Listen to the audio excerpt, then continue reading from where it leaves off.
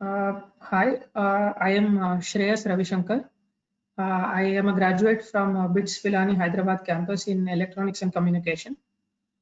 I work at Xilinx Hyderabad, and yeah, so I belong to Cellstrat AI. I'm a Cellstrat AI researcher in the hardware lab, and today we will be talking about data flow in ASIC accelerators for ML. So as we know that ML accelerators can be of many types. Mostly you might have encountered FPGAs, GPUs, or neuromorphic computing or ASICs kind of thing. So, but most of the, like for example, GPU or CPU belong to the class of accelerators called temporal accelerators. So these are temporal accelerators, and today we are going to speak mainly about something called spatial accelerators, which you might not be very familiar with. So the main difference between temporal accelerators and spatial accelerators uh, is that if you observe, let's say all the compute units in the temporal accelerators, they won't have independent control. They'll have a global control unit, and they'll have a global memory. So basically, they don't have fine-grained control. But if you see like spatial accelerators, let's take for the example Google TPU or Iris by MIT, which we are going to talk about today. If you see these red lines and blue lines, basically what I'm trying to say is that they have control units and memory of their own, and data can pass between the ALUs and they can communicate between each other, unlike your GPUs like accelerators where there's a global control. Yeah, so now let's move on. So what are the main you may want to cover a lot of the terminology because our group is mostly on software side of things and hardware learning. So kindly explain the terminology such as accelerator, ALU, etc. Okay, yeah, sorry. So ALU is nothing but your compute unit, basically what your MAC operation. So your convolution MAC operation happens inside this ALU. That is the functionality of ALU. And control unit is basically to control the operations, the inputs and the outputs. And your register file or the memory inside the ALU is a local memory, which will be more clear in the further slides. Now, I just want to explain the basic architecture of what we are going to deal with today. So this is the basic architecture of Iris chip. So what it contains is something called a PE, which is a processing engine, which is what we talked about earlier. Processing engine consists of an ALU for your MAC operation, a local memory, and a control unit. It consists of a global buffer, which is like a cache. Like you might have heard of caches, which are nothing but on-chip memories to you can access data fast. And then there is off-chip memory, which is your DRAM. Now the main concern of hardware accelerators is that how do we improve energy efficiency? So to improve energy efficiency, first we need to understand what is the main source of energy. So first of all, energy efficiency means we need such that we can do more max per joule we consume. So for every joule or per every watt we consume, we need to do more max. So overall the power consumption or the energy consumption will be less. So that is what is roughly energy efficiency. So to understand energy efficiency, I want to highlight what is the main cause of loss of energy or main cause where we use energy. So if we see here in this figure, compared to the ALU or the MAC operation, the cost of the DRAM or the off-chip access, whenever you want to go off-chip and access variables like outputs, inputs, or weights in our case, it expends about 200 times the energy of your ALU. So our main aim should be to decrease this off-chip access. So how do we do this? So we call it something called data reuse or reuse of data. So what that means is we make sure that we load it minimum number of times from DRAM and make sure we use the local memories, which is nothing but your global buffer and your register file, which is inside your processing engine, to reduce this cost. So you can your energy cost will be within these units. So now I want to talk about this. What I'm going to talk about today is mainly for convolution operation and mainly for inference. So we are not talking about training accelerators like what you do in GPU. We are mainly talking about inference accelerators and convolutions, or basically for image computer vision applications. So if you see, this is the basic loop description for your convolution. So this is batch, this is number of filters, this is channels, all this you might be familiar with. This is like input and output dimension, and these are concerned with the filter dimensions. So if you observe what variables the inputs and the weights and the outputs are dependent on, these not variables, the loop variables basically. So if you see, for example, just to give you an example, this K value, which is nothing but the output channels, comes in the here. That means it changes less frequently as say compared to a C, or let's say fx or fy. It changes less frequently. So how can we make use of this? So what we do is we make sure that this gets reused. That's what I meant by talking about reuse. So because this does not change for a fairly long time, we make sure we keep it in local memory like register files or global buffers, and thus we can save energy. So this will be a little more clear in the further slides. So that is what I meant by data reuse. Make sure any of these variables, I just gave you an example of output, make sure that these variables go into the local memory so that we don't need to go back to DRAM, and make sure it is reused to the maximum extent. That means update this output again and again, and once it's updated completely, you go back to the DRAM. So that is inevitable. Anyway, so now, let's talk about what in detail, what is this reuse we are talking about. So data reuse means it can mainly be in CNNs or convolutional networks. It will mainly be of three types. One is convolutional reuse. So convolutional reuse is nothing but what you see in CNNs normally itself. Basically, instead of having, we have a 3x3 filter or a 5x5 filter which acts over the entire input.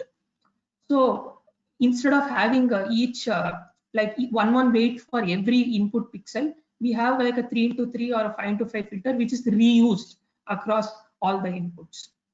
So this is nothing but a convolutional reuse, or let's say inherent reuse, which is already there in CNN. So another type of reuse I want to talk about is something called feature map reuse. So what is this feature map reuse? So if you see, for example, we know that a typical convolution layer consists of many filters acting on the same input, many 3D filters. So fmap reuse is nothing but, let's say we decide to keep input in the local memory and make sure that all the filters which are supposed to act on that input get acted one like sequentially. So that means we are reusing this input feature map again and again over all the filters. So this is nothing but feature map reuse. And another type of reuse is filter reuse. So we also know that one filter in a certain layer, one convolutional filter acts upon many inputs. So let's say the order of computation is such that we make sure that filter is kept in local memory, and then we pass input many inputs one after the other continuously, so that this filter is reused again and again. So this is nothing but filter reuse. Now, ideally what we need, basically why I want to reuse it, because I want to keep say in this case I kept input feature map in local memory. In this case I kept filter in local memory. But ideally I would like to maximize all kinds of reuse so that my DRAM accesses are reduced. When I keep in local memory, my DRAM accesses are reduced. So the best data flow is nothing but what I decide to keep in local memory, what I decide not to keep in local memory. So that best data flow will maximize all kinds of reuse. But is this really possible? We need to see. Just to give you a simple example, to increase feature map reuse, I need to make sure that for many such inputs, this kind of reuse takes place. That means for this input, many filters acts upon it continuously. And for the second input, many filters acts upon it. So for this, I need to make sure that many input feature maps are there in local memory. For in this case, I need to ensure many filters are there in local memory. But because my sizes of the chip are constrained, that means my size of memory is constrained, I can't optimize both at the same time, both input feature map reuse and filter reuse. So, so as of now, the modern data flows might not maximize all the reuse, but it will try to maximize all the reuse to some extent. So now, Shreyas, I have a question here. Yes, sir. When you say reuse of feature map or convolutional reuse, can you specify? Maybe I missed that part. What is meant by the word reuse here? So reuse is basically, let's say, for example, weights you have in your convolutional reuse itself. For example, we know that that 3x3 filter or that 5x5 filter we are using again and again for all the inputs, right? Correct. Yeah, so that is what is convolutional reuse. But in this case, it might be little unclear. So what it means is, now once I load this into the local memory, if I use it continuously, like t equal to 1, I use that same feature map, t equal to 2, again I use the same feature map. So that is what is reuse I'm talking about. So if you use it again and again, basically you don't need to access from the DRAM more frequently. If you access once, you make sure you use it again and again over all these filters before sending it back to the DRAM. Okay, got it. So it will become slightly more clear again. So mainly to simplify, there are few kinds of data flows or stationarity. We'll come to it what it means. So something called wait stationary data flow, output stationary data flow, no local reuse data flow, and row stationary data flow. So what is wait stationary data flow? So this means that like we will load weights into the local memory, and we will we will broadcast all the activations to the PEs and make sure that the PSUMs are accumulated across all the PEs. So in this case, we are increasing the weight reuse, or increasing, you can say, filter reuse, because we loaded the weights into the local memory. So these are implemented in accelerators, some accelerators like NewFlow and NNX, and there is other data flows like output stationary. In output stationary, what happens is you make sure that, let's say, the one output pixel, we make sure that all the computations necessary for that output pixel happens inside the processing engine. So similarly, this will be another output pixel. You make sure that that second output pixel, all the computations necessary, all the convolution operations necessary happen inside that processing engine. So you make sure that the weights and the activations or the inputs are input into the processing engine in such a way that this condition is satisfied. Similarly, you have weights. In this case, for example, when I say you reuse the weights, I mean that inside the PE, you make sure that that weight is utilized again and again. Say, for example, that 3x3 filter, the first weight of the 3x3 filter is used in many convolutions. You make sure that the activations and the flow of the PSUMs is such that this is exhausted completely. It's reused again. So this again, when I show a 1D convolution example, this will be more clear. And in no local reuse, what it means is that we don't have, like what I talked about in this slide, there is a local memory inside ALU usually. So for output stationary and wait stationary, you need a local memory or a register file inside the ALU. For no local reuse, it happens such that you don't have a local memory. So that is another data flow implemented in some accelerators like DRNOW. But today what we are going to talk about is row stationary data flow. Anyway, don't be, I just want to, just a vague idea, but I'll just explain using a 1D example in the next few slides. I think it will become very clear after that. Anyway, but we are talking about this data flow and reuse and all that. But why is it so important? Why will a software designer who is concerned about only the accuracy be concerned about this? So when we are operating at the edge, like say FPGAs or let's say a Jetson Nano or something, we are concerned more about the power, because the cases in which it will be deployed, like for example, it needs lesser power to be consumed. So let's take, want to give you an example of a VGGNet, which is mapped onto an NVIDIA like accelerator, which is a spatial accelerator like we discussed. So this graph, what it shows is, this is nothing but energy on the x-axis and number of mappings of each energy. Mappings in the sense how I make the data flow. So for the same accuracy, all these mappings consist of VGGNet within 5% of accuracy.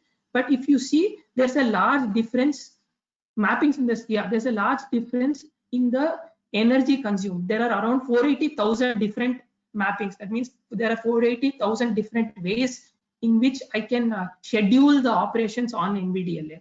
Though the accuracy is within 5% of VGG, 5% of baseline accuracy, the energy consumed is so much. That's why we are concerned about this data flow, this mapping, this data reuse and all that.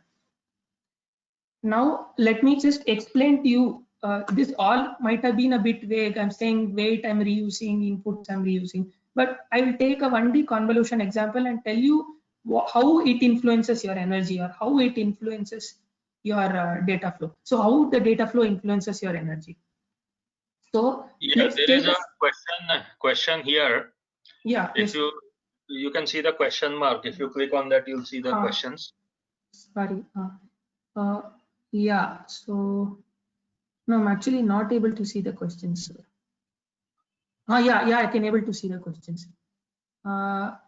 Data flow is the only main feature of Iris. How about precision and sparsity? Okay, yeah, they are the main. They are there. Sparsity has been implemented, and they have implemented reduced precision.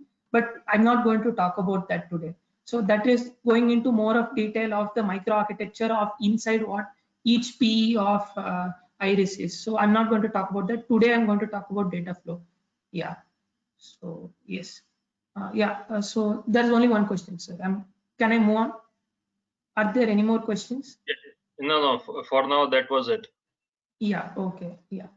So, okay, so I will give you 1D example of like what data flow means or what this reuse means. So this is an example of output stationary data flow.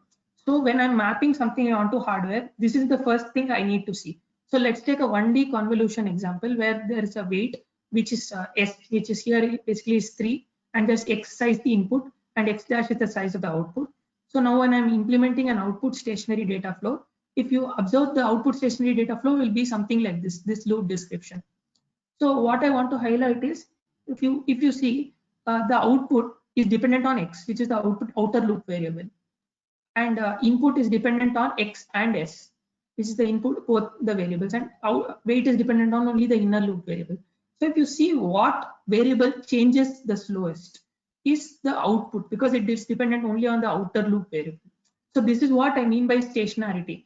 So one characteristic of stationarity is output stationary data flow means it changes the slowest compared to the other two variables in this case. So yeah, so how does this influence? So if you see this output O of X is being updated completely by this before, basically it is being done with.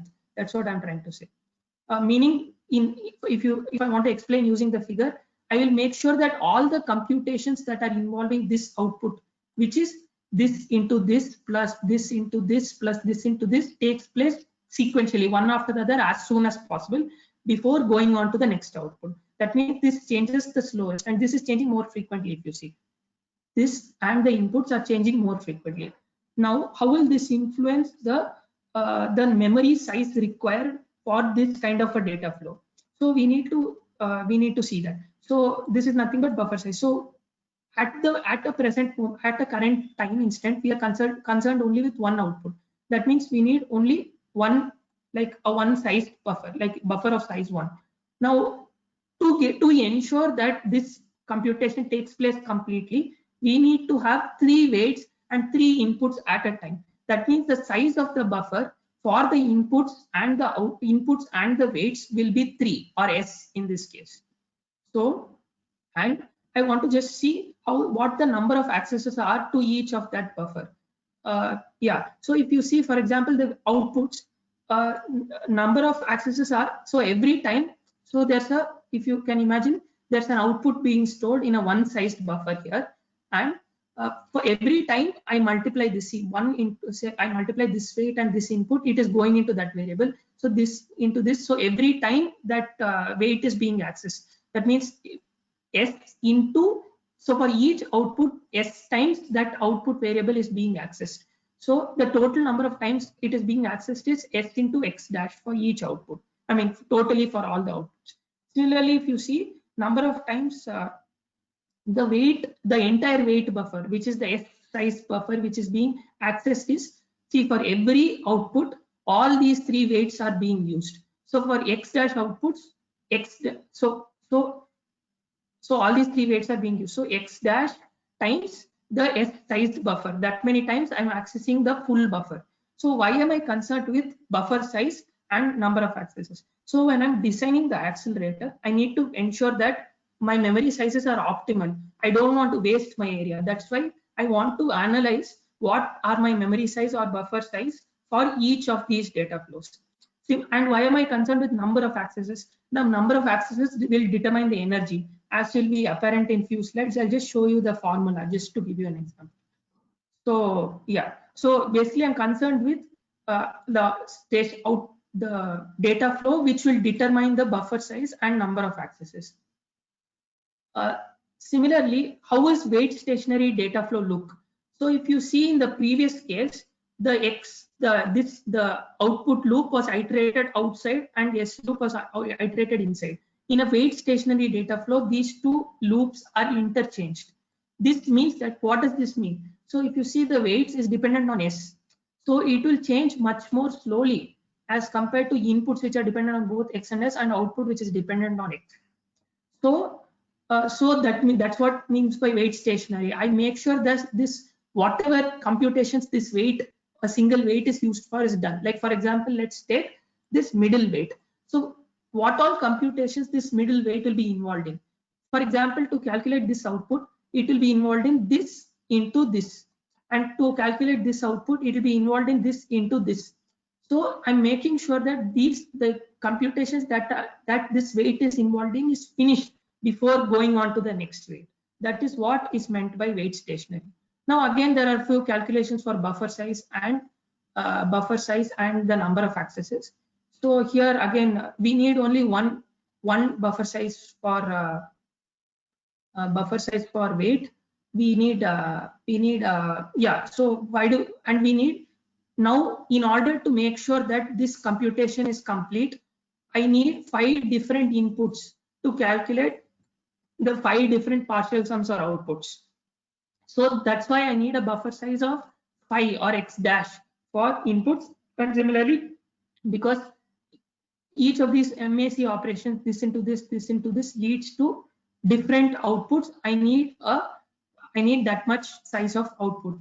So basically, I just want to say that the buffer size and the number of accesses are differing based on what data flow you choose, based on this loop ordering. So if you see the loop ordering, based on that, these values will change. And again, this is again another example for input stationary. I don't want to go in detail, but basically this is the crux of it. So if you change the size of the memory, the energy, let f of x be the energy cost of accessing a data type from a certain size of memory. So this will change based on size of memory. So if we see these data flows, there are different sizes of memories for both the data flows here, different size of memories. So if you see, the total energy will vary. That's why, that's the crux of it. So the energy is dependent on your data flow, and your data flow is dependent on your loop ordering, the order of your loops. So this is just a 1D example. This will be more complicated in a 2D case. Yeah. Are there any questions? Sorry, I'm going too fast. I think, I don't know. Like, I want to stop here for any questions you might have. Yeah, I think you can go a little bit slower. Okay. Yeah. I mean, as to this. Yeah. Okay. I go through this again, sir? Or. Okay, that's fine. That's fine. Okay. And no, I just want to say that, just crux of it, you don't need to remember only 2 things. If I change the loop order, that means the order of computations will change. The order of access of these values will change. So, and why is that important to me? Because if that changes, as we can see in these 2 cases, if the order of computation changes, that means the memory requirements, minimum memory requirements for me will change, and the number of accesses to that memory will change. And why are those things important for me? Because they will determine the total energy that my algorithm will consume when I map it onto the hardware. That's it. So any relation to weight quantization, if I were to do that?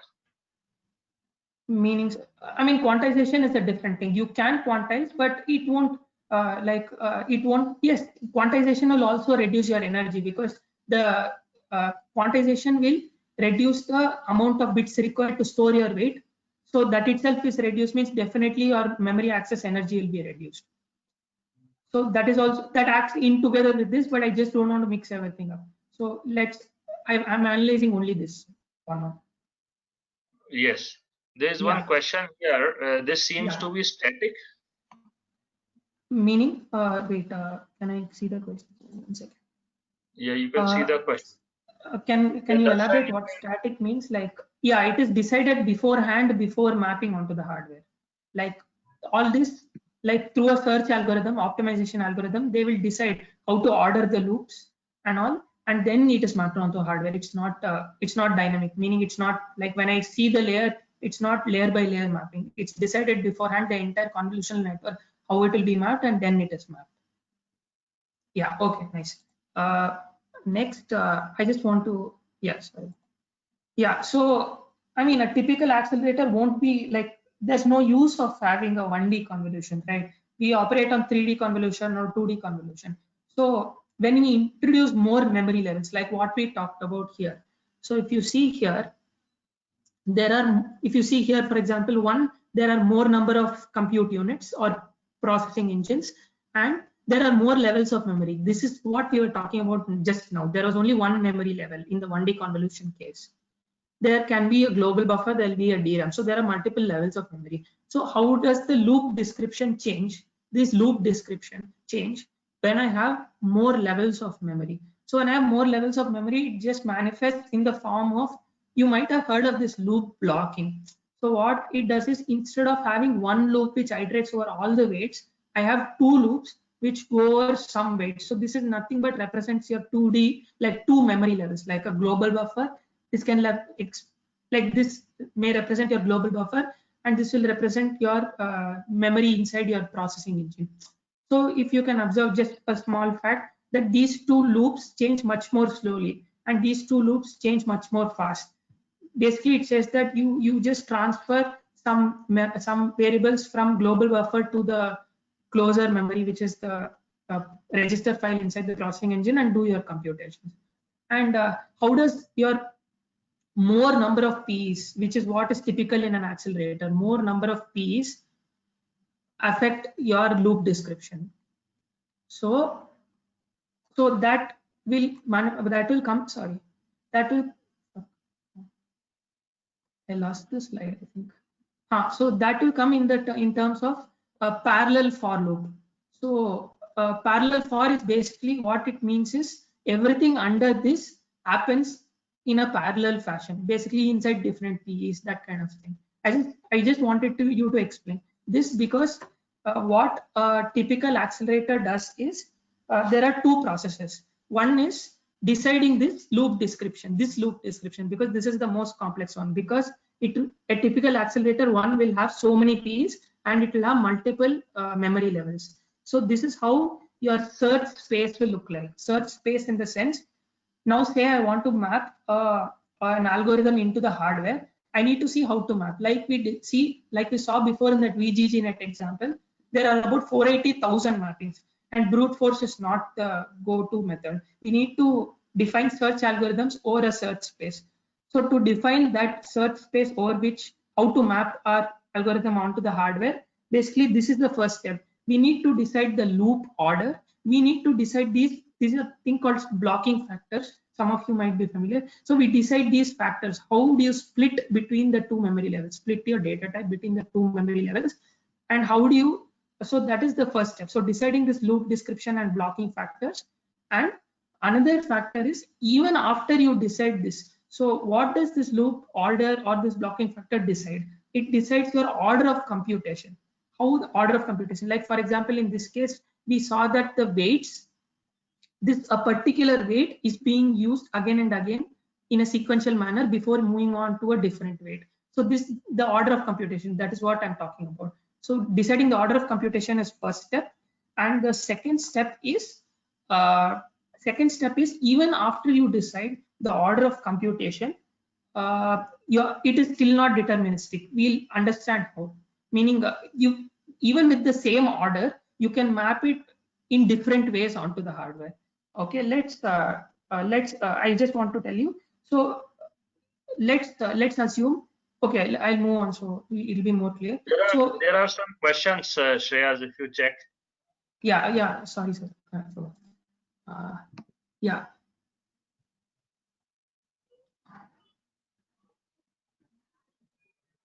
Okay. Are these already considered while developing the algorithm, or do we need to perform any actions? Meaning the algorithm, once again, that GPU question first. In GPU, it is dynamic gem computation. I'm sorry, I'm actually not familiar too much with how a GPU works. So like, I'm not sure of the answer to that question.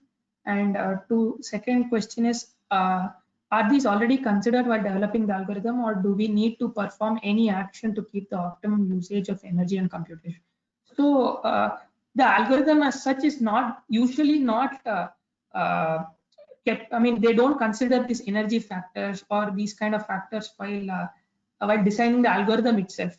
So when people are mapping the algorithm onto the hardware, for example, in this Iris chip we are going to talk about, that is when this comes into picture. However, like for example, if you see some networks, like you might have heard of SqueezeNext, which is by UC Berkeley. So they have actually considered this energy considerations while designing the algorithm. So if you see SqueezeNext, it has like a bottleneck kind of layer where they have one-into-one convolutions, which reduce the number of computations, and then like a one-into-one expansion block. Like basically they consider some hardware aspects when designing the algorithm. Or if you take MobileNet, they also consider different kind of hardware aspects. For example, they consider something like when you operate on a mobile or something like that, the model needs to be smallest in size. So that's what the priority for a mobile net is. So anyway, okay, yeah, sorry, I'm quite fast. I didn't realize. Yes. These factors are changes with respect to different models. Yes, each model maps differently onto the hardware. Yes. Okay, I'll try to be a bit slow. I think I was too fast. Now, when you say mapping the model onto hardware, so we are talking about, I'm sorry, my knowledge is low in this area. So no problem. Are you talking about compilation level or execution? Yeah. So So in this case, they usually build it like, for example, in this Iris, they don't have something called a compiler or an OS or things like that. But yes, it happens at the compiler level. Here it's just called a mapper, which decides based on some heuristics, some algorithm and optimal. Like for example, say I want least energy or least energy delay product or least latency. It will optimize based on that. It will decide these factors. That is the loop blocking factors or those loop ordering and those kind of things it will decide. Yes, it is at the compiler level. I mean, analogously, it is at a compiler level. It is called mapper in this case. Now, for RNN and CNN and ANN, it will be different, I suppose, right? Yes, it will be different. Actually, most of these accelerators, the main one big challenge is they are not designed for all kinds of workloads. That means they'll either target CNN, they will target RNN, or they'll target that kind of thing. That is actually one drawback. There is, as far as I know, there is still yet to be like a universal ASIC accelerator which works good on all workloads. Yeah.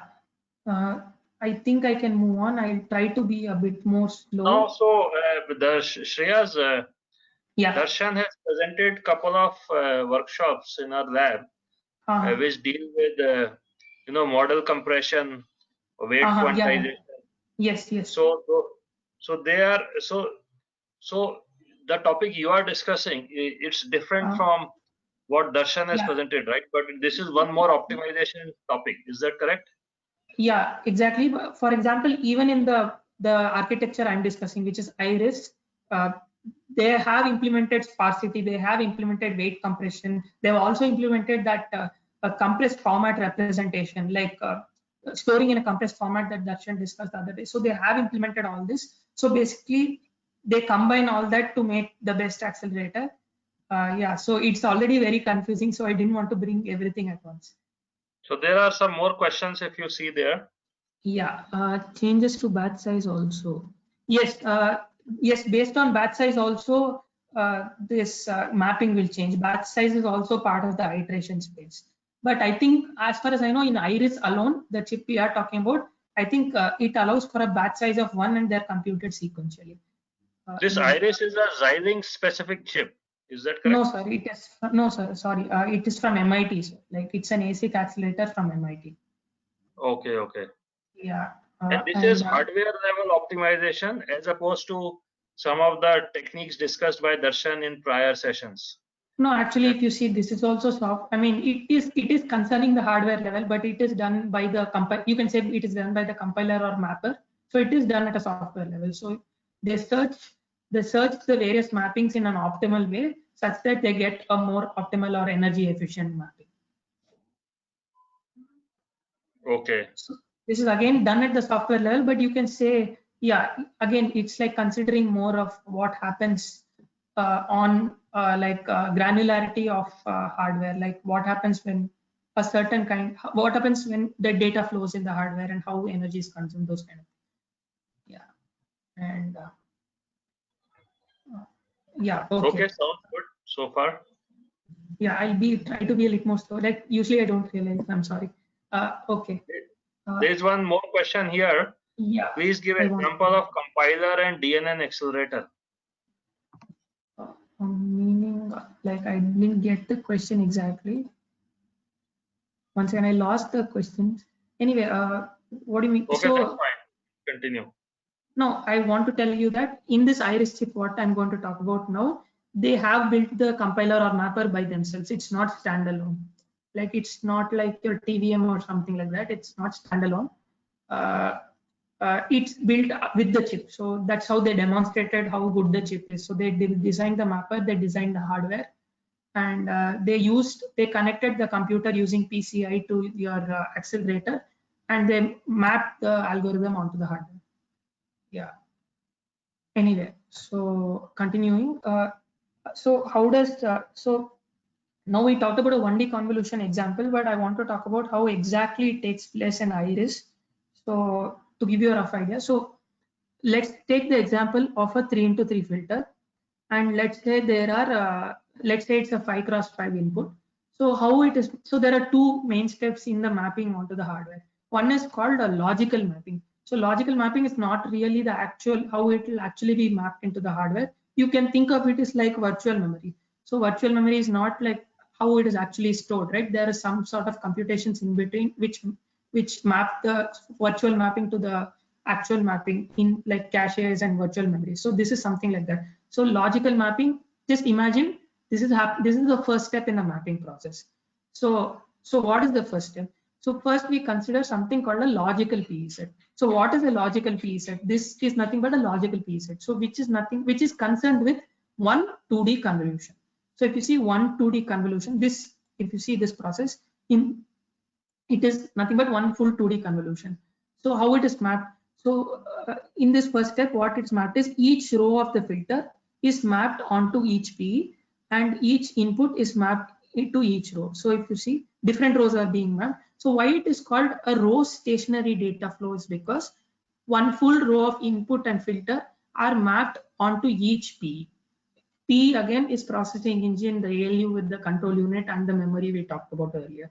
So each row of filter is mapped to each P, and then there is also, if you observe that each normal convolution operation is the entire convolution and then adding them. Like for example, each P computes only one row of the output. So you compute this P computes this second row, this P computes this third row, and then you'll have to add everything, right? That is what convolution is. So the addition takes place over all the P's. So this is called a spatial accumulation. So so that's how it happens. But one main thing I want you to observe is, so again, similarly here, this acts on from the second row of inputs, thus computing this row of output. So now if you see, Okay, sorry, I was not very clear. I just want to make it more clear. So this P computes only the partial sum because only this row is being acted upon this row. So it is not even the whole output of this first row. It is only the partial output. This second row computes, convolves with this second row and gives you a second set of partial sums. Basically, I'm trying to break down the 2D convolution into its most primitive form, which is like a 1D convolution. So this is, so you can express 2D convolution as a set of 1D convolution.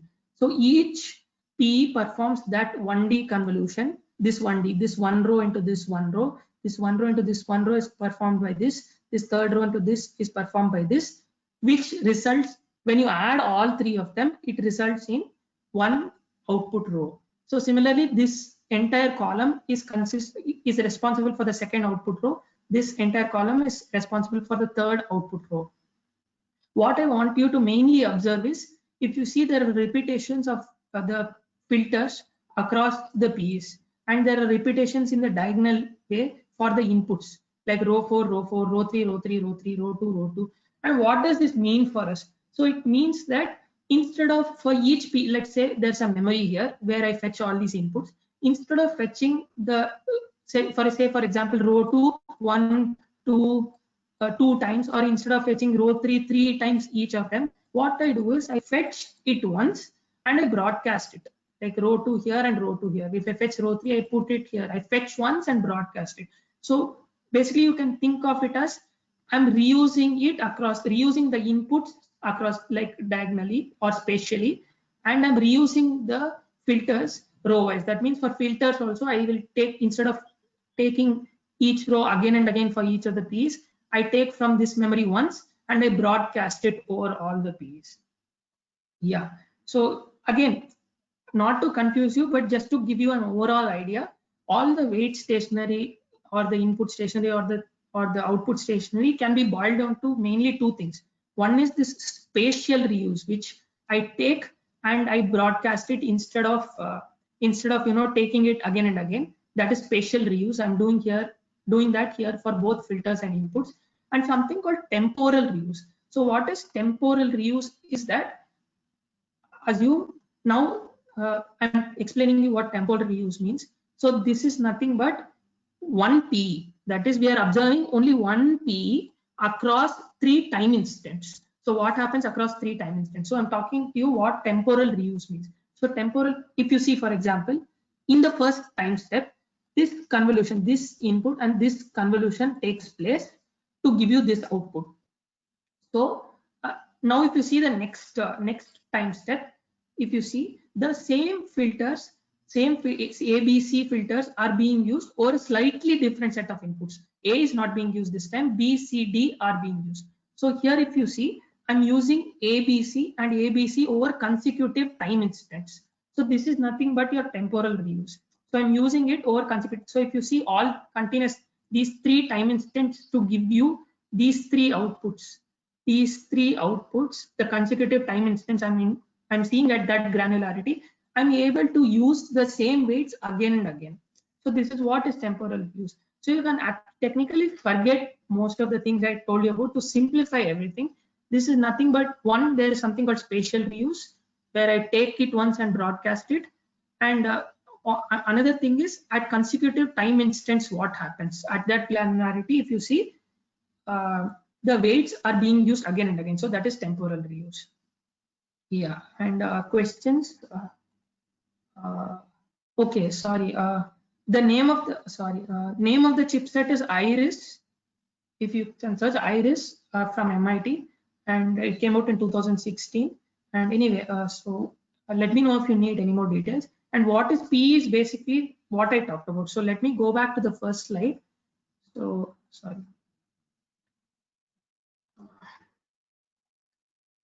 So this is basically your P, or this is basically your P, which consists of an ALU, a control unit, and a local memory. So yeah, I think I'll. Yeah, so that's what I'm talking about. So that's how it happens in Iris. So to just summarize the thing, each row's partial sum is being computed by one P, and it is being, because see, for example, one row into, if you convolve across one row, that 1D convolution doesn't give me the whole row of outputs. We still need to compute these two rows convolution and then add it across that. So full 2D convolution will be first compute this one row of partial sums, the second row of partial sums, third row of partial sums. Why I'm calling them partial sums is because when this computation gets over, it is not that the complete output is got. Only when we compute all three and add across them, then only we get first row of output. Similarly, this gives you the second row of outputs and this gives you third row of output. So you can get a slight idea of what I'm talking about, why it's called row stationary, because each row, like one row is happening inside each P, and the accumulation of column wise P's give me the entire output row. Yeah. So there is some question here. Actually, what is PE? I answered the question, sir. So PE is basically PE is basically that processing engine, which is nothing but your ALU plus memory plus your ALU plus memory plus control unit. Yeah. Next, just to to add more parallelism, what they do is, instead of using one row of output, one row of filter and one row of input and one row of filter, they introduce many. Like for example, let's take in this case, let's say we talked about earlier that we know that one filter will act upon many input feature maps. So assume this computation happens sequentially one after the other in a certain PE. So this is to introduce more complexity and more parallelism. Yeah, question. Yeah, exactly. Something like that. Pipelining. Yeah, exactly. So we pipeline these operations to exploit more parallelism that is inherent in the convolution operation. And just to see, if you see, in case we did something like this, if we operated on the entire, let's say an AlexNet or a VGGNet using this 1D primitive calculation, it will take us a long time. So that is one reason we can introduce these operations inside a single P. So basically, we need to ensure that the memory size is more, such that it can accommodate all this and accommodate all of this compared to the previous case. So that's it. So this is called folding. In the Iris, it's called folding, this process of using this kind of thing, like using multiple, using the same filter over multiple feature maps, or using different filters over the same feature map, that kind of thing. And yeah, so earlier I just want to clear, earlier I talked, now what I said was this is nothing but a logical PE mapping. So mapping, like I said, it happens in two different steps. So this is the logical PE mapping. And what is the physical PE mapping? What I'm trying to say by physical PE mapping is, this is how you imagine it in your mind. But these PEs might be present anywhere in the accelerator. Like if you consider these are the PEs inside the accelerator, it can be present anywhere. Like for example, this PE might be present at 0,0th location. This can be present at 10,10 location. This can be present at 7,1 location. But how do you coordinate? Because you need to coordinate the computations such that this row 1 is this row 2 is supplied to these two P's. This row 3 is supplied to these two P's. So how do you regulate that? Like if the P, this is the logical P mapping. If all these P's are spread out in the actual accelerator, the actual accelerator, like I said, consists of many P's. If it's spread out across all the P's, so how do you coordinate which inputs goes to which P, which filters goes to which P, and so on? And accumulation of output states happens across which P. So that is decided by the NOC and the bus, like the bus. So like imagine it's like you give just like in your 2D, let's take a simple operation like a 2D matrix multiplication.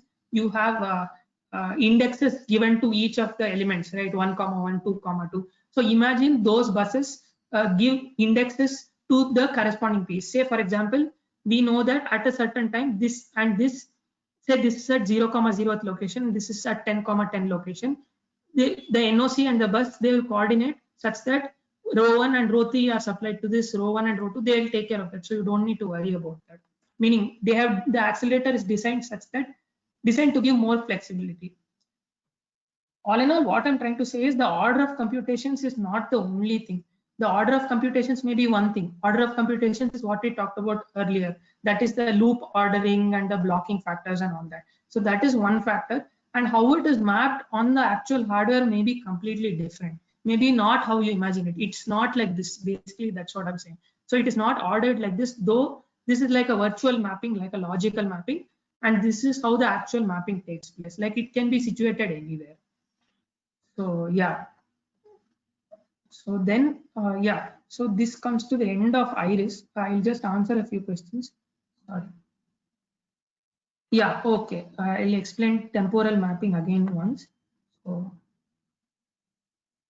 uh, yeah, so what happens is, like, let's say for this example, you have enough memory such that it can occupy, you have enough input buffer, what we talked about earlier, such that 2 input feature maps can be accommodated and 1 filter can be accommodated. Now we know that let's say input 1 and input 2, there are 2 different inputs, the first of the inputs. So we know that row 1 of the filter and row 1 of IFMAP1, row 1 and row of input of IFMAP2 gives us the output at the same position. So that's what we do one after the other. That's it. Like you have this in local memory, and you make sure that both the IFMAP happens one after the other. Like exact architecture, I don't want to get into, but it may be the case that you have 2 different MAC units to perform these 2 operations. So that time it won't happen sequentially, it will happen together. But let's say you have only 1 MAC unit, it will happen first, this will happen, and it will go into the first PSUM, and then this computation will happen, and it will go into the second PSUM. Yeah, that's it. So just to elaborate, you can feed in one after the other, the inputs. So that you feed in this order such that you get outputs in this order. That's it. Yeah. Then any more questions? I don't think any more questions are there. Anyway, so yeah, so that's what I wanted to highlight, mainly 2 aspects. One is there is something called a virtual mapping, and then there is something like an actual mapping, which might not visually seem like the virtual mapping. Yeah, and yeah, so that's it for Iris. So this is what, these are all the main features of Iris, what we talked about till now. So we are now familiar with problems with data flow and how it affects energy consumption, and how data flow takes place, how the actual computations takes place in Iris. Yeah, so now I just want to highlight, before going into some practical aspects which I tried out, I want to highlight some problems which are there in common ASIC inference accelerators. So one, we actually had this doubt in between that ANNs, RNNs and CNNs are different workloads. So that is what the problem is with the current accelerators. Like there is no one unified accelerator which works good. Which works good in the sense, I mean, in terms of, say, whatever you're optimizing for, energy efficiency or latency, there's no one accelerator which works well for all the workloads. I'm talking about spatial accelerators mainly. I'm not talking about GPUs. Nowadays, GPUs might seem like they are good for most use cases, but these are another branch of accelerators, the spatial accelerators, what we talked about. So that is one problem. Another problem is scalability. So imagine you have big networks, like let's say BERT or something like that. You can't have, let's say, for example, typical Iris accelerators consists of a 14 into 16 PE array size. That is 14 PEs on this side and 16 PEs like a chessboard. But say you have to operate some model like BERT or something, or let's say a large CNN model, you'll need to have multiple accelerators like that. You can't, like, it will take a long time if you have just one accelerator like a 14 into 12 array. So you need to have multiple ones. So how do you just like in GPUs, you have communication issues, like how you communicate between the many SMs and all that. Just like that, you have a scalability issue. How do you scale these thing, and how do you maintain energy efficiency even after it is scaled? Like when you have multiple PE engines, so there might be a lot of cost of communication between the PE engines. So that is one thing. And PE utilization. Another thing we are concerned about is, let's say we design a 14 into 12 PE array and assume that most of your layers are using only half of that array. That is not a good thing for us because it's a waste of area.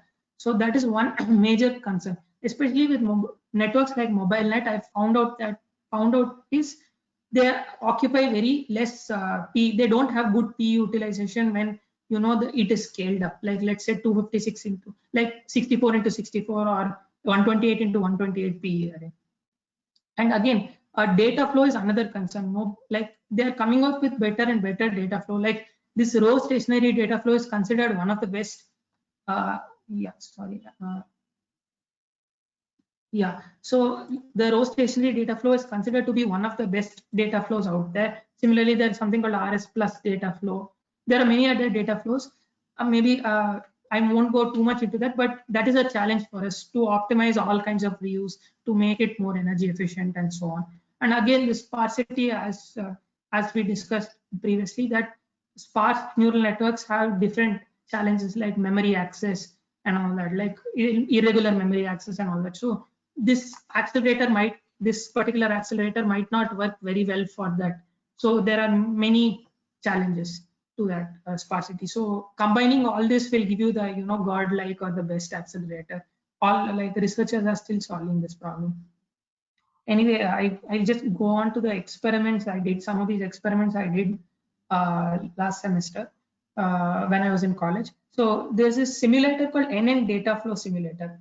So what this does is it is capable of simulating your Iris chip in the sense that it will help. Say you enter they have already functionality for basic networks like AlexNet, RestNet, MobileNet. It will show you how it gets mapped onto the hardware. Meaning it can give you things like energy consumed at each memory level, energy consumed per layer, like latencies, the number of ops, or the PE utilization, which will be of concern to a hardware designer if he wants to check or if he wants to carry out experiments on this accelerator. So the configuration what I used for the experiments was like I used a 16 into 16 sized PE array. This is like an Iris-like accelerator with a 16 into 16 PE array. I used a register file size, which is the memory inside the PE, to be 512 bytes. We used a global buffer size of 128 kilobytes and a relative memory cost, like we discussed, of 200 for the DRAM. A global buffer has 6. And these are like the communications helping in broadcasting and all that. That has a cost of 2, and the register file has a cost of 1. And this is all relative to a MAC operation cost. So MAC operation will have a cost of 1 relatively. And so this is what I'm talking about. And there's no network on chip cost. And then this is the mapping strategy we are using is row stationary data flow. So one thing we were able to replicate is that, it was designed for that. We were able to replicate the energy consumption in each layer of AlexNet. So one thing you can observe is, for example, there can be many insights which you can draw from this graph. So one example is, say for example, you have this is nothing but RF. RF, again, to reiterate, this is the ALU, which is the MAC cost. This is the DRAM cost, global buffer cost. This is like the broadcasting cost and all that. And this is nothing but the RF. RF is the memory inside the cost due to that. So if you see in the convolution layers, the RF cost is more. So what this shows is we are using more. We are accessing the RF more and more. That means they are using this map strategy. They are able to exploit more views and make it more energy efficient. And if you see in the fully convolution layers, they are usually memory bound operations. So if you see like the reuse basically potential for reuse is much less because there is no like weight sharing and all that in FC. So if you observe the DRAM cost, basically you need to access the DRAM more and more in case of fully FC layers. So so you might ask that if you see here the FC layers are consuming less energy compared to convolution layers, though you are saying it is more energy, this convolution is more energy efficient, it is accessing more from RF and all that. So I want to say one thing. So assume this RF was not there. Basically, local memory was not there. I'm trying to tell you that if this local memory was not there, the DRAM cost for this layer would have been much higher than what the total costs are now. So only because you introduce these local memories, this global buffer and RF, are you able to reduce the energy beyond the initial level to this level. Though it seems like RF energy is more and in total energy is more, but it is actually more energy efficient than not having these local memories and not having reuse and all that. Yeah, a question. Yeah, so what is energy consumption of ResNet SqueezeNet for 1 hour of training? Okay, yeah, so I'm not sure of this because all this what we are concerned with is inference. So we're not concerned with training, we're concerned with only inference. So I'll maybe provide the graphs in the blog or something. I've not put all my graphs. I've actually tested some with SqueezeNet and all that, some experiments. So I will put it on the blog or something. But again, we are not concerned with training. We are concerned with mainly inference, and these are inference energies. Yeah. So next, yeah. So this, for example, is the energy consumption of ResNet. So ResNet 101. So if you see in ResNet 101, if you see this graph, the main energy consumption is because of this fourth convolution layer. So if why it might be the case is because if you see the majority of the energy is because of RF, and if you see there are 23 blocks, that means 23 blocks in the Conv4X layer. So actually the number of functions involved are huge. So basically, even if you exploit this reuse and all that, the number of max is so much that it might overpower your reuse or whatever factors you implemented to, to increase energy efficiency. So let's say our aim is to reduce this energy. Just to give you an example, how will we do it? So this is just an elaboration of this graph. This was like a consolidation of all the layers within Conv2X, Conv3X, Conv4X, and yeah, sorry, Conv2X, Conv3, and but this is like fully, like I've elaborated over all the layers. What are the layer-wise energy consumption? So if you see, this is nothing but your Conv4X layer. So we know that a typical ResNet will have like a 1:1 surrounding the middle 3x3 block, the bottleneck layer. So if you see, the energy consumption of 1:1 is these two, and in between the 3x3 energy is very high. So basically our aim is to reduce this energy. So just to give you an example, what we might do, I'm just giving an example. So if you introduce group convolution, the number of the MAC operations will be reduced. So if you see the number of, so that time this energy might be reduced. Let's see what happens. So G equal to, yeah. So this is G equal to 1 case where I don't involve any groups in group convolution. And yeah, so if let's say I introduce G equal to 2, so see what happens here in the Conv4X block. The energy is significantly reduced, the energy of 3x3. So energy of 3x3 in the middle, to repeat again, the 1x1 is the one surrounding it. So yeah, so we managed to reduce the energy.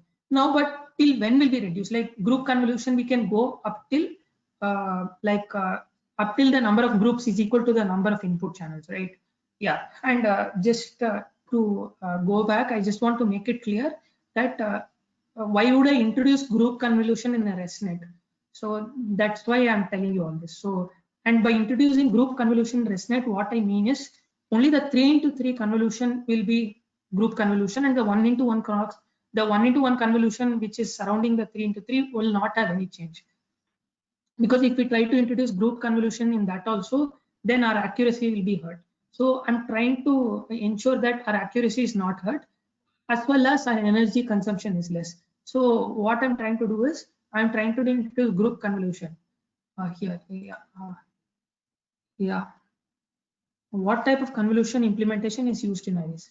I mean, they have provision for both.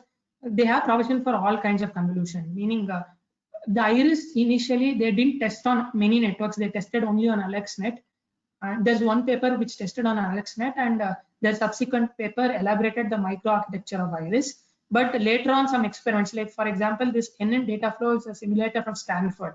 So they actually simulated a lot of networks like mobile nets, squeeze nets, group convolution, depthwise convolution, and all that. So it's not like there's a specific convolution which is used in Iris. It is able to map many convolutions, but is it able to map well different kinds of convolution is the question. It will be able to map best your normal convolution, but is it able to map better group convolution and depthwise convolution is the question. So actually, just to elaborate on that note, actually the Iris guys, they only found out that it didn't map mobile net very well. That means the processing engine utilization was very less. So they came up with this thing called Iris V2, which was specialized for depthwise convolution. Yeah. Yeah. So yeah, next. So then group convolution. So basically, Shreyas, are we on Iris 1 or Iris version 2? We are always on Iris version 1. I just wanted to tell you about Iris version 2, which is optimized for depthwise convolution. Okay, fine. Yeah, all these experiments are on Iris V1, which I did. And basically, when I increased the group size, you observe that the energy consumption of 3 into 3 has reduced, so which was the limiting factor. But I could have introduced G up till 4, G up till 8. But then what I observed is that 3 into 3 energy became very less when I introduced G equal to 4 and beyond. So why I'm not doing that is because till now our limiting factor for energy was 3 into 3 convolution.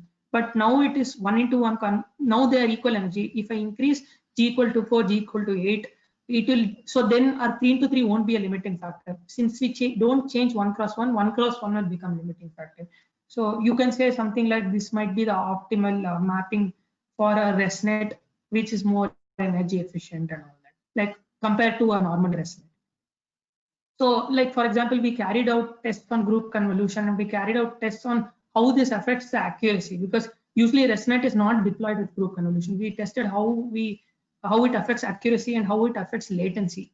So we found out a sweet spot where energy efficiency is good, latency is good, and accuracy is not hurt that much. Yeah. So like, yeah. So similarly, one more finding we thought was, like, for example, if you see the initial layer, this is con 1x block, or con 2x, sorry, con 2x to be precise. So in the early layers, what is happening is, if you see, for example, if you observe these 3 bars, the middle one is 1 into 1 and the outer ones are 3 cross 3.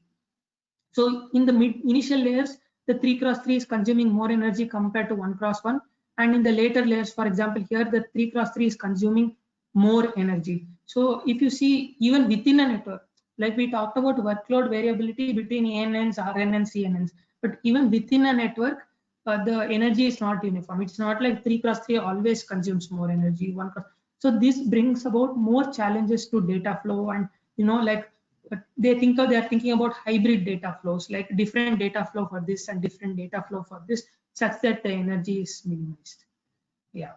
And similarly, we carried out many more experiments. Like, for just to give you an example, the SqueezeNext, somebody had asked a question. So in SqueezeNext paper, they made a network which was like optimal for their hardware. That was also a spatial architecture which used a weight stationary data flow. And they observed that they had many versions of the network consisting of different number of SqueezeNext blocks. So they also observed that in a weight stationary data flow, that the energy order is like this. That is, V1 is greater than V2, V3 greater than V4, greater than V5. That is, V5 is the most energy optimal data flow on their accelerator. So even we just wanted to test, even if RS data flow, it will be like that. So RS meaning in the Iris chip. So even in Iris chip, if you observe, we got the same trend, that the V5 is the best energy efficient model compared to the other SqueezeNext models. Similarly, we carried out many experiments using PE utilization and many experiments with group convolution, different kinds of group convolution. I may not be able to elaborate on that because there's a presentation in a conference on 8th July. So maybe I can put it on the blog after that. Anyway, so that's more or less it. I just wanted to thank my supervisors from IIT Hyderabad, Sparsh Mittal sir and Nandan Kumar Jha, who helped me with this analysis and the project, and to learn more about ASIC data flow accelerators. Yeah, I think I'll take questions. Sorry, I went a bit fast. I was aiming for 2 hours, but it became 1 hour. Anyway, question, how about dropouts in data flow? So, one second. If I'm not wrong, just correct me if I'm wrong. Dropout is only during training, right? And there's pruning, which is like which is implemented on the inference part. Like dropout is only during training. Hello, sir. Can you unmute that Karthik and can you unmute him so that we can speak to him? You can ask a follow-up question if he has to.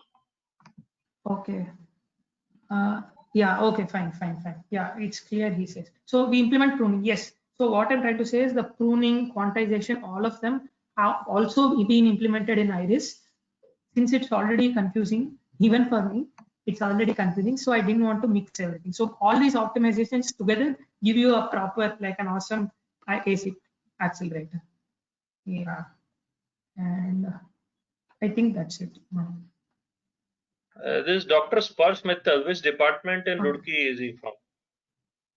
He recently joined IIT Roorkee, sir. He was part of IIT Hyderabad Candle Lab. So if you search Candle Lab in the Google, you'll get Candle Lab IIT Hyderabad. Like the website is still associated with IIT Hyderabad, but he works in IIT Roorkee from last semester. In electronics and communication? Exactly, yes, sir. Okay. So yeah, so actually we introduced a new kind of group convolution, and which is optimal in terms of energy efficiency, latency, and accuracy. So for mobile, for ResNet. So I will maybe I'll write a blog post or something once the paper is presented on YouTube. Because Yeah. yours truly is from same branch, electronics and communication 94. Sir, I didn't get it. Yeah, I'm from Roorkee 94 batch, electronics and com. Okay. Oh, I think he's But I a very recent batch. professor name. Yeah, He's he is a recent new batch, 2008. Yes. 2008 IIT Roorkee. Okay, Yeah. good. Any other questions, audience? I mean, I think it was very fast for a first time, and I would have been very confused. I mean, it's my first presentation, so Okay, it's all right. It was good. A very interesting session. Audience, any questions? A lot of questions have been asked, but any further are there, you can ask now. Yeah, anything you're not clear, maybe should I go through the slides once more to see if you have doubts in particular slides or something? And actually, sir, I can maybe like when I'm writing the blog post, I'll just write how to run the simulator because I couldn't run it on Colab or something. It's like a software you have to install. If somebody is interested in like experimenting with data flows or that Do you have kind any of thing. code demo for this or no code demo as of yet? That's what I did it, but as of now I don't have. I can just maybe I record it and just send it to you or something. That's okay, no worries. We can do future session. Yeah. So there is some good feedback coming. Okay, so I guess audience no, I want some feedback also, sir. Like I want bad feedback so I can improve. Like to be honest, I want audience feel free to give critical feedback if you have. Yeah, I want critical feedback. No, I think I was a bit too fast. I understand. Okay, so I guess there are no other questions. So thank you, Shreyas. Very interesting session, and look forward to more sessions from you as well. And and you can work with our AI hardware researcher Darshan and do a lot of good stuff in the lab. So thank you, audience, for joining, and we'll see you in our future webinar. Thanks once again, Shreyas Ravishankar. Thank you. A pleasure to hear your talk. Thank you. Thank you.